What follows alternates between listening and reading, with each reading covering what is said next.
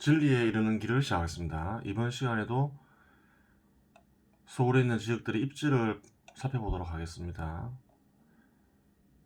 그 전에 역대 정부들이 부동산 정책에 대해서 간단히 살펴보도록 하겠습니다. 김대중 정부 때도 좀 제법 많이 올랐죠. 김영삼 정부 때 IMF 사태가 터졌죠. 그래서 빠진 부분이 있는 거예요. 빠진 부분 포함시키면 그렇게 또 많이 오르진 않았겠죠. 노무현 정부 때 많이 올랐죠. 94% 올랐죠. 노무현 정부 때 이제 어떤 정책이 나오나요? 지금 문재인 정부 때하고 비슷했어요. 지금이 좀 더 강도가 강한 거죠. 공급 차단, 수요 차단, 또 세금 폭탄이죠. 그래요.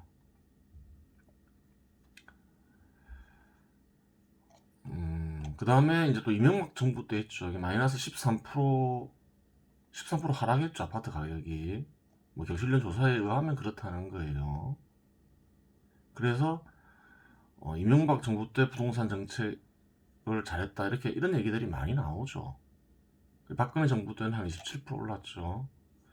문재인 정부 때는 5월까지 한 53% 올랐다고 하죠. 그래요.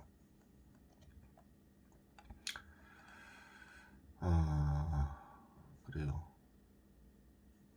김대중 정부 때만 해도 이상한 정책은 없었죠. 부동산 정책에서. 그래요. 노무현 정부 때부터 좀 부동산 정책이 상당히 좀 이상한 정책들이 나오기 시작했죠.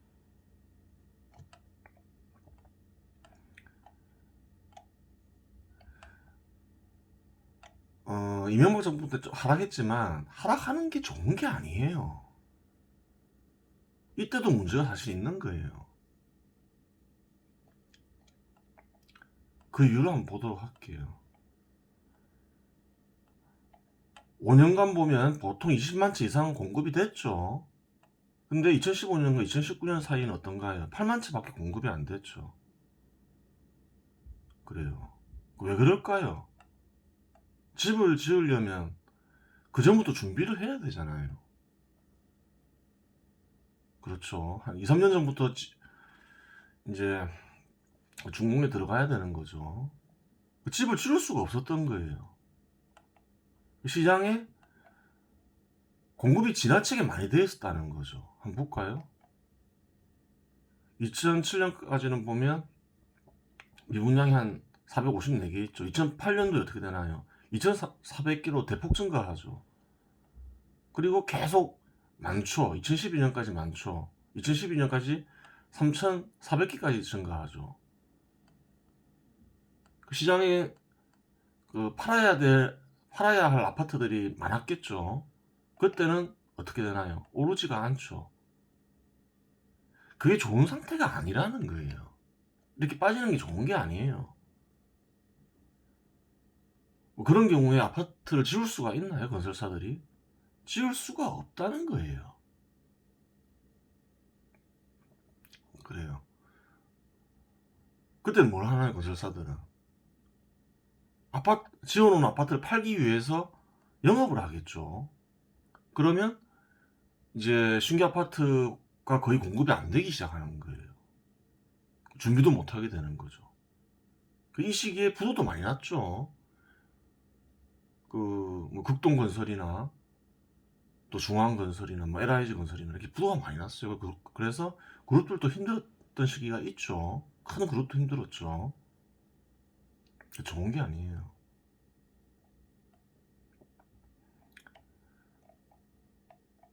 이런 시기에 정부가 뭘 해야 되나요? 이런 시기에 이제 정부가 미분양된 아파트를 사주는 거죠. 사주는 역할을 해야 돼요. 그래서 물량을 확보해 놔야 되겠죠. 그래요. 그러기 위해서는 정부도 사실은 정부가 아파트 공급할 수 있죠. 정상적인 가격을 받고 팔아야 되는 거예요. 그래야지 자금 확보가 되잖아요. 반값 아파트 팔고 막 이러면 어떻게 되나요? 자금을 많이 확보 못 하죠. 올라갈 때 정상적으로 팔고 자금을 확보해 놓은 뒤에 또 이런 시기에 정부가 미분양을 해결해 줘야 되는 거죠. 집을 막 살려고 해도 그래요. 어느 순간 되면 안 살려고 하죠. 또 사람들은 집값 떨어질 일밖에 없다면서. 그래요. 돈 있어도 안 살려고 하는 부분이 있다는 거예요. 그래요. 미분양을 줄여줘야 되는 거예요, 정부가. 이런 식의 이제 아파트를 구매해서 공공임대를 하면 된다는 거예요. 상승할 때 정부가 아파트를 살 수는 없잖아요. 더 급하게 올라가니까. 그렇게 되는 거예요. 미분양을 많이 나오게 하면 안 되는 거예요. 근데 이제 이명박 정부도 사실은 어떻게 했나요? 수요를 좀 차단하려고 했죠. 반값 아파트 정책이니 뭐 하면서 좀 수요를 차단하려고 했어요. 그게 좋은 정책이 아니라는 거예요. 이명박 정부 때는 어떤가요? 금리도 상승했죠. 2012년까지 보면 그렇게 금리가 하락 안 했죠. 이런 식의 아파트를 많이 공급해 놔야 되는 거예요. 정부도 아파트를 많이 확보해 놔야 되고. 그래요. 미분양이 많으면 어떻게 되나요? 건설사들이 아파트를 지으려 안 하죠. 영업만 하려고 하죠. 그렇게 되면 어떤 참사가 벌어지나요? 2015년부터 2019년까지 그래요. 아파트가 대폭 감소하죠, 공급량이. 이런 경우가 발생해 버린다는 거예요. 그렇게 되는 거예요. 미분양 많은 게 좋은 게 아니에요. 또 이렇게 하락하는 게 좋은 게 아니에요. 사람들이 집을 안 살려고 한다는 거죠. 그래요. 그리고 올라가면 어떻게 되나요? 비싸게 사게 된다는 거죠.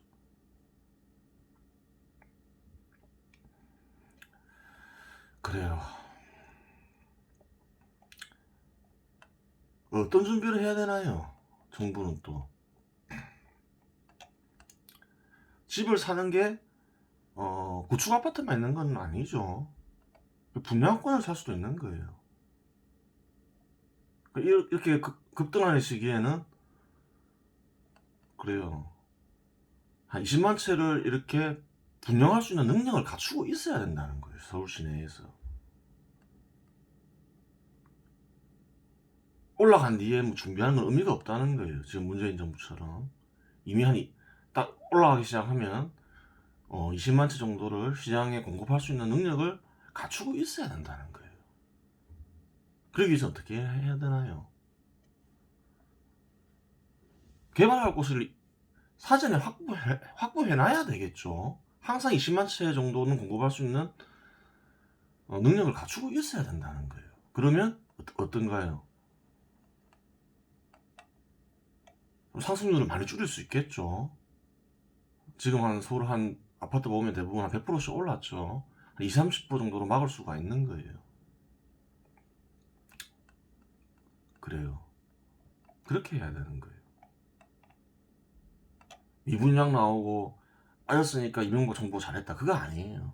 이명박 대통령은 서울시장 할 때는 아파트를 열심히 공급하려고 했죠. 잘했지만 대통령 때는 잘 못했어요.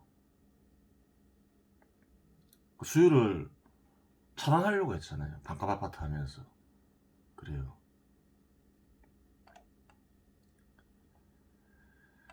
지금 어떤가요? 문재인 정부 역시 수요와 공급을 차단하는 정책이죠. 올바른 정책이 아니라는 거예요. 또다시 반복이 되는 거예요.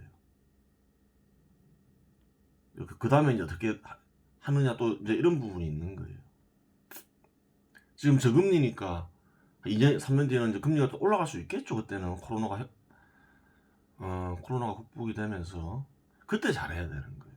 지금도 잘해야 되는데 뭐 지금 그래요. 잘할 가능성은 없잖아요.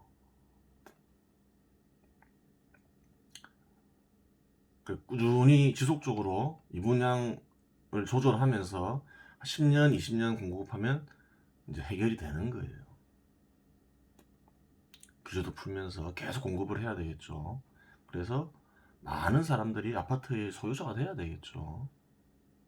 그래요. 또 아파트가 많이 보급되면 잘 올라가지 않음을 확인했죠. 그래요. 그렇게 되는 거예요. 그래요.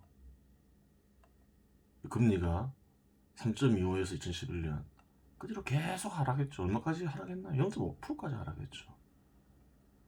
그 돈의 화폐의 투자 가치가 엄청나게 떨어진 거예요. 그것을 막을 수 있는 건 뭔가요? 물량밖에 없다는 거예요. 항상 이런 시기는 도래할 수가 있다는 거예요.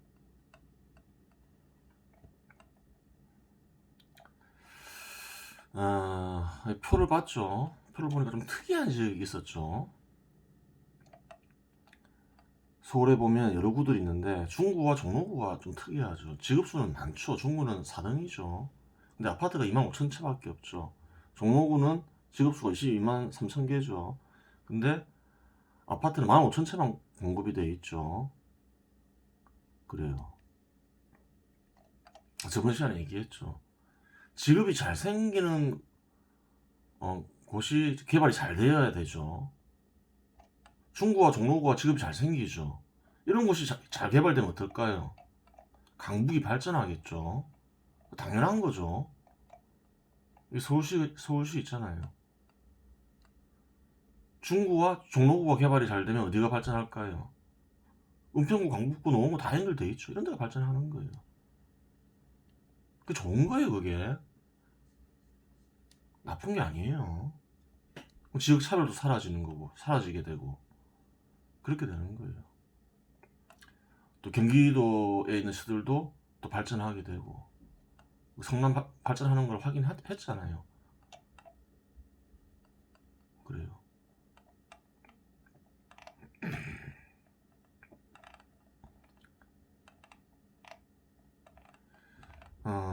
종로구를 한번 보면, 종로구의 창신역에 보면 상신 쌍용 아파트가 있어요. 2012년 12월에 3억 500 했는데 2020년 9월에 7억 3천만 원 해요.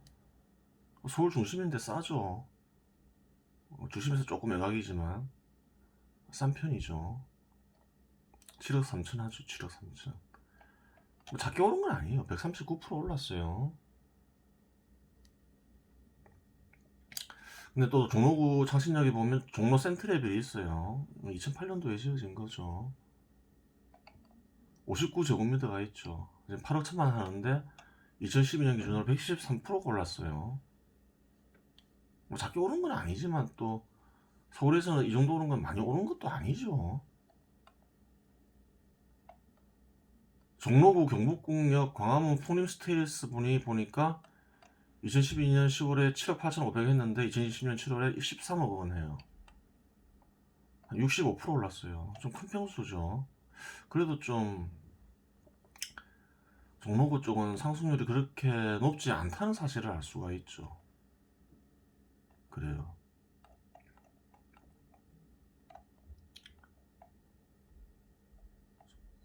종로구 신설동역이 있죠. 위치가 좋죠. 신설동역은. 그래요. 신설동역에도 종로구가 있어요. 신설동역 여기죠. 이쪽이 종로겠죠. 신설동역은 서울 중심으로도 통하고 1호선이 있죠. 2호선이 있으면서 강남으로도 쉽게 갈 수 있죠. 근데 역세권이죠. 근데 종로 청계 힐스테이트를 보면 2012년 9월 2012년도에 59제곱미터가 3억 7,700만 원 했는데 2020년 7월에 7억 8,200만 원 해요. 107% 올랐어요. 그렇게 많이 안 올랐죠. 역세권 치고는. 30평 때는 한 90% 올랐어요. 그 종로구가 서울에서 보면 굉장히 약한 지역 중에 하나예요. 이번 상승률을 보면 낙후되어 있다는 얘기죠. 사람들이 종로에서 잘 안 살려고 한다는 얘기죠. 소득이 어느 정도 있는 이들이. 그래요. 도봉구 어떤가요? 도봉구에도 보면 25평대가 있고 30평대가 있죠. 도봉역 바로 옆에 보면 레미안 도봉이 있죠. 도봉역 서울 끝이죠, 끝. 도봉산 넘어가면 이제 의정부시가 나타나죠.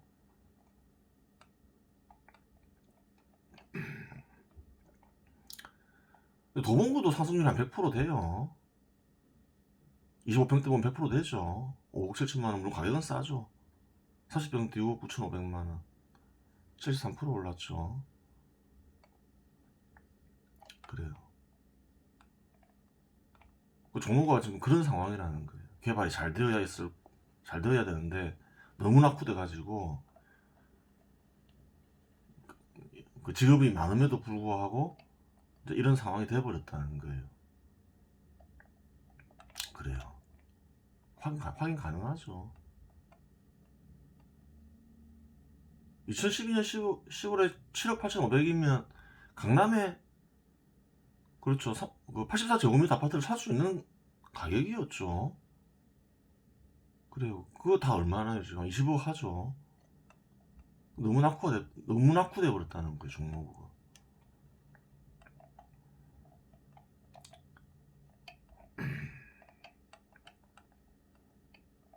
그러니까 차별이 심화되는 거예요. 원래 종로구, 중구 이쪽이 발전해야 되겠죠. 중구를 한번 살펴보겠습니다. 중구 청구역에 보면 청구 이편한 세당이 있죠. 바로 옆에 있죠. 25평대가 한 111% 올랐어요. 한 10억 7천만 원 하죠. 2009년도에 지어진 거죠. 84제곱미터가 13억 원 하죠. 한 101% 올랐죠.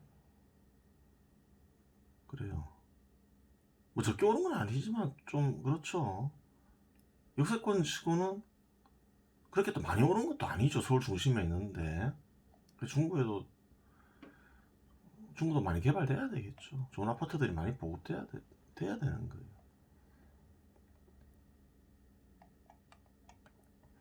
중구 충무로 쪽에 보면 남산 센트럴 자이가 있죠. 이것도 2009년도에 지어졌죠. 2012년도 7월에 보면 5억 3,500만 원 했는데 2020년 7월에 9억 6천만 원 하죠. 그래요. 많이 저렴하죠. 역세권 치고는 79%밖에 안 올랐어요. 강서 쪽에 보면 나루역이 있죠. 그 서쪽 거의 그렇죠. 서울에서 서쪽 거의 끝에 있죠. 25평대가 136% 올랐죠. 30평대가 111% 올랐죠. 확인 가능하죠. 그래요. 중구도 역시 그 많이 낙후되어 있으면 알 수 있는 거예요.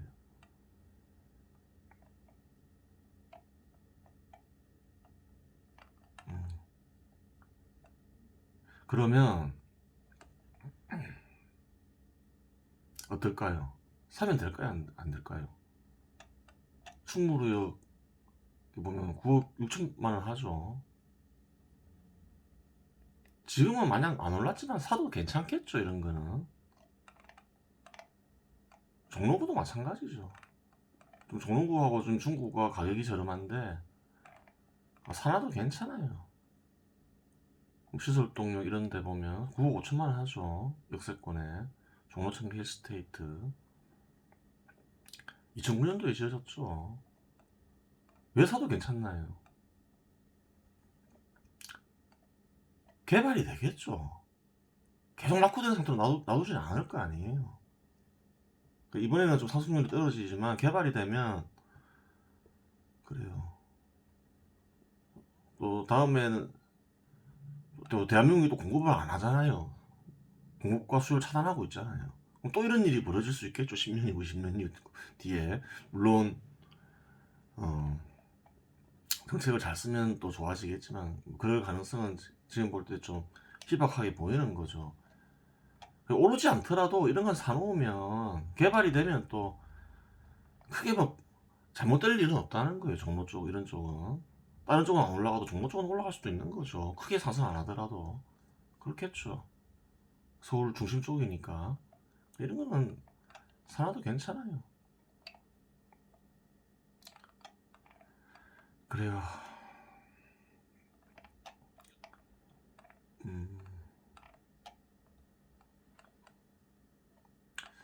개발이 돼야 되겠죠. 종로구하고 중구가.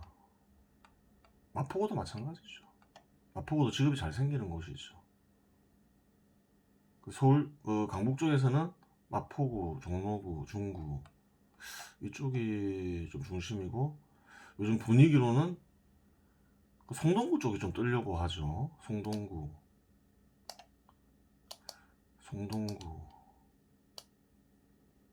그래요. 이쪽이 좀 중심이죠. 그래요. 이번 시간 여기서 마치겠습니다.